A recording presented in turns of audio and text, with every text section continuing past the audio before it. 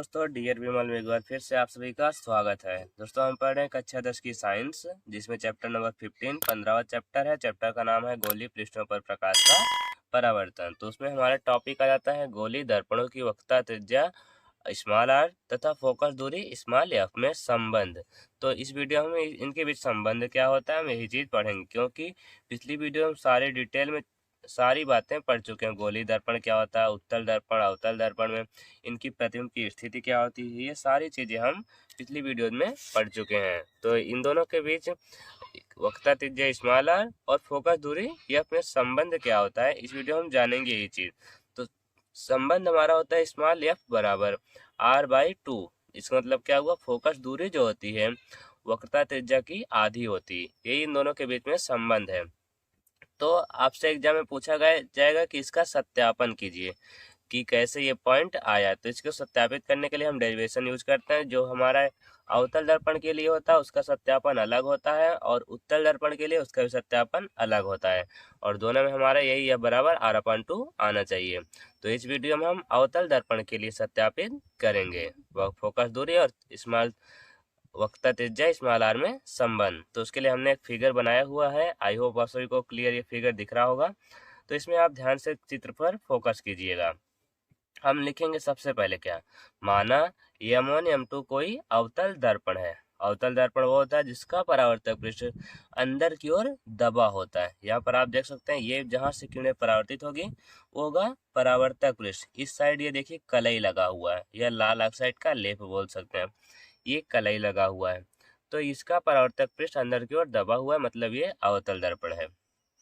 तो अवतल दर्पण है उसमें कोई ये बिंदु P है जो दर्पण का ध्रुव है, और बिंदु F है जो मुख्य फोकस है, और ये C क्या है, ये वक्रता केंद्र है। बिंदु C क्या है, ये वक्रता केंद्र है। और यहाँ पर ये B क्या है, ये AB एक प्रकाश की किरण है जो दर्पण के बिंदु B पर आपतित होती है। और ये एक पॉइंट आ जाता है कि मुख्य अक्ष के समांतर है। देखिए किरण जो प्रकाश किरण जा रही है ये मुख्य अक्ष के समांतर है। तो आपको हम पहले बता चुके हैं कि मुख्य अक्ष के समांतर जाने वाली प्रकाश की किरण सदैव मुख्य फोकस से होकर जाती है। तो यहाँ पर ये देखिए किरण गई और परावर्तित होकर यहाँ से मुख्य फोकस से होकर चली गई। और फिर यहाँ पर BC को हम एक मिला देते हैं, रेखा खींच देते हैं, जो कि क्या होता है, इस प्रकाश की किरण के बीच का अभिलंब हो जाता है, ये जो कि अभिलंब होता है। तो आई होप आप सभी को इतनी सारी बातें याद हो चुकी होंगी। तो चलिए फिर हम इसका सिद्ध करते हैं, डेरिवेशन कैसे किया जाएगा। तो सबसे पहले आपको हम लिखेंगे नहीं, आपको केवल हम ऐसे बता रहे हैं। देखिए लिखना क्या है, माना m1 व m2 कोई अवतल दर्पण है जिसका ध्रुव P फोकस F तथा वक्रता केंद्र C है, और मुख्य अक्ष के समांतर जाने वाली किरण AB दर्पण के बिंदु B पर आपतित होती है, जो परावर्तन के पश्चात मुख्य फोकस F से होकर जाती है। बिंदु B और वक्रता केंद्र C को मिलाने पर हमें एक रेखा प्राप्त होती है जो जिसे क्या बोला जाता है, अभिलंब, जो कि क्या होता है, दर्पण पर, यह दर्पण है, दर्पण पर ये रेखा अभिलंब होती है। इतना बात लिखने के बाद अब आपको लिखना क्या है, देखिएगा, चूंकि या बिकॉज साइन लगा दीजिए, चूंकि ABC, चूंकि कोण ABC दर्पण का क्या है, बराबर आपतन कोण। आपतन कोण पता है आप सभी को, यह है आपतन कोण। आपतन कोण क्या होता है, अभिलंब तथा आपतित किरण। यहाँ था अभिलंब और यह है आपतित किरण। तो अभिलंब और आपतित किरण के बीच हमारा कौन सा कोण बनता है, सदैव बनता है आपतन कोण I, जिसे स्मॉल I से प्रदर्शित करते हैं। तो हम यहाँ पर स्मॉल I लिख देंगे। ये देखिए था, ये आपतित किरण थी और ये था हमारा अभिलंब, तो इन दोनों के बीच हमारा आपतन कोण I बन गया। उसके बाद ये थी परावर्तित किरण। परावर्तित किरण और अभिलंब के बीच सदैव परावर्तन कोण R बनता है, और इसमें हमने बताया था कि परावर्तन का नियम होता है कि आपतन कोण I सदैव परावर्तन कोण R के बराबर होता है। मतलब क्या हुआ, कोण ABC बराबर है CBF के। तो हम यहाँ पर लिखेंगे, ध्यान से देखिएगा, आपतन कोण और क्या था, परावर्तन कोण का नाम क्या है, CBF, तथा कोण CBF बराबर है परावर्तन कोण। परावर्तन कोण, तो हमने आपको बताया था कि आपतन कोण परावर्तन कोण के सदैव बराबर होता है, तो इसलिए क्या होगा, कोण ABC बराबर होगा कोण CBF, किस आधार पर, परावर्तन के द्वितीय नियम से। सॉरी, पहला ही नियम था ये, तो पहला नियम परावर्तन का था कि आपतित किरण, परावर्तित किरण तथा आपतन बिंदु पर डाला गया अवलंब सदैव एक ही तल पर होते हैं। दूसरा नियम था कि आपतन कोण I तथा परावर्तन कोण R बराबर होते हैं सदैव। तो परावर्तन के नियम से आप लिख देंगे, बस यही हो जाएगा। बात समझ में आ गई। उसके बाद चलिए आगे बढ़ते हैं। दूसरा हमारा देखिएगा, पहले हम इसे समीकरण नंबर 1 मान लेते हैं। इस वाली किरण को हमें जो मिला है इसे हम समीकरण नंबर 1 मान ले रहे हैं।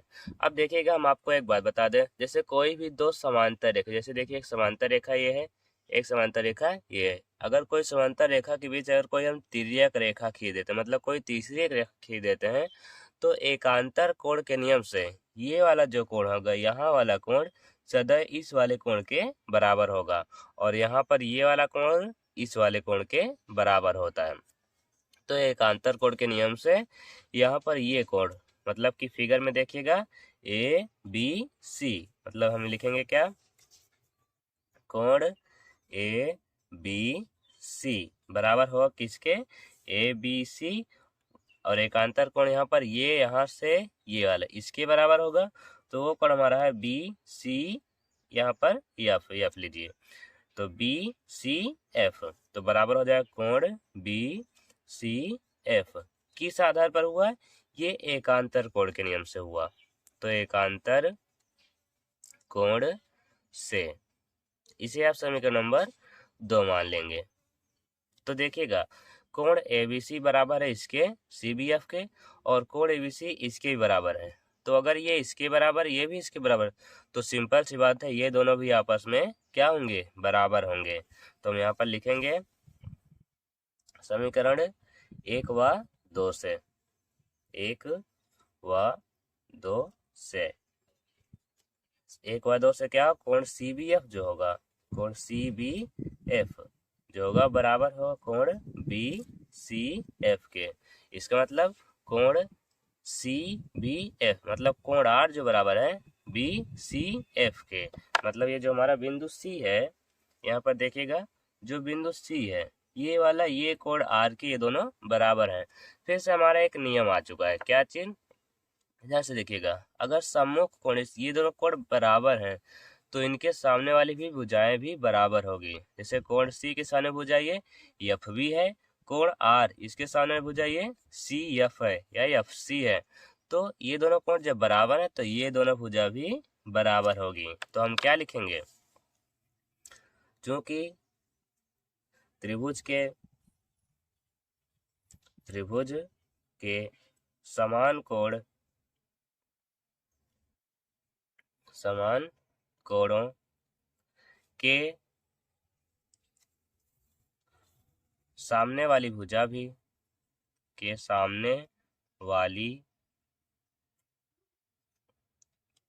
भुजाएं भी समान होती हैं, भुजाएं भी समान होती हैं। बात समझ में आ रही, किस आधार पर हुआ ये, अगर देखिए हमारा कोण R जो था ये कोण C, मतलब कोण B और कोण C बराबर है, तो इसके सामने वाली भुजा बराबर होगी। तो हम क्या लिखेंगे, इसलिए ये वाली कोण B के सामने भुजा क्या है, CF है, CF बराबर ये कोण C के सामने भुजा क्या है, FB है, तो FB है। बात समझ में आ गई। अब देखिएगा, अगर ये द्वारक क्या होता है, जैसे M1 M2 से यहाँ तक M2 जितना बड़ा है, अगर ये दर्पण बहुत छोटा होगा तो जो बिंदु B यहाँ पर है, ये लगभग P पर आ जाएगा, P के बराबर हो जाएगा, अगर दर्पण का ये द्वारक छोटा होगा तो हम लिखेंगे यदि दर्पण का द्वारक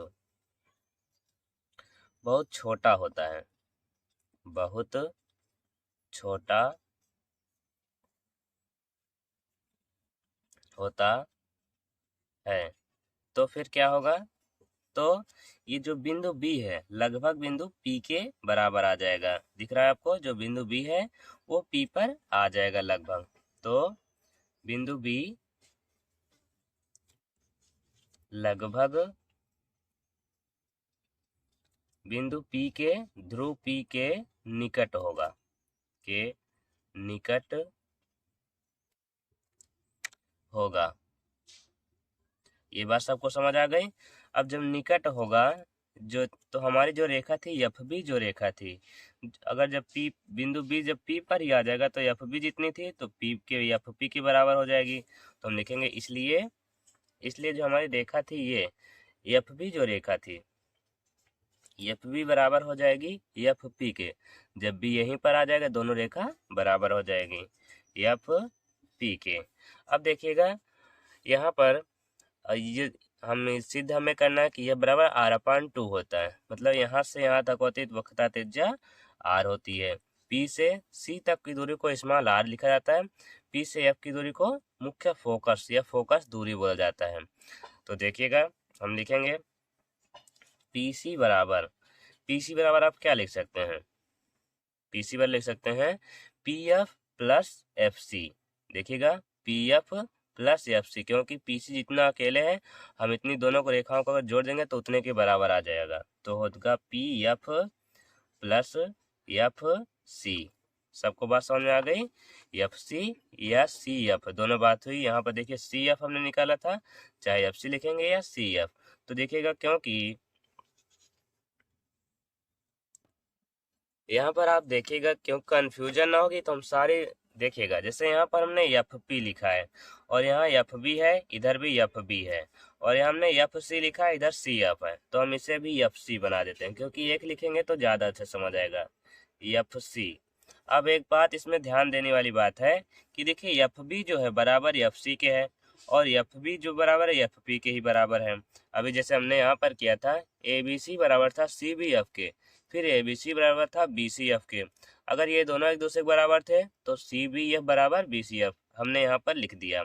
तो सेम वही बात देखिएगा, एफ बी बराबर है एफ सी के और यहाँ भी एफ सी बराबर है एफ पी के। तो हम लिखेंगे चूंकि फिर ये क्या एफ बी बराबर था इसकी ये वाला एफ बराबर था एफ पी के, तो दोनों ये भी बराबर हो जाएगा। एफ सी जो है एफ सी बराबर हो जाएगा इसके एफ पी। इसे भी देखिए पी एफ लिखे तो इसे भी हम पी एफ लिख देते हैं, पी एफ के।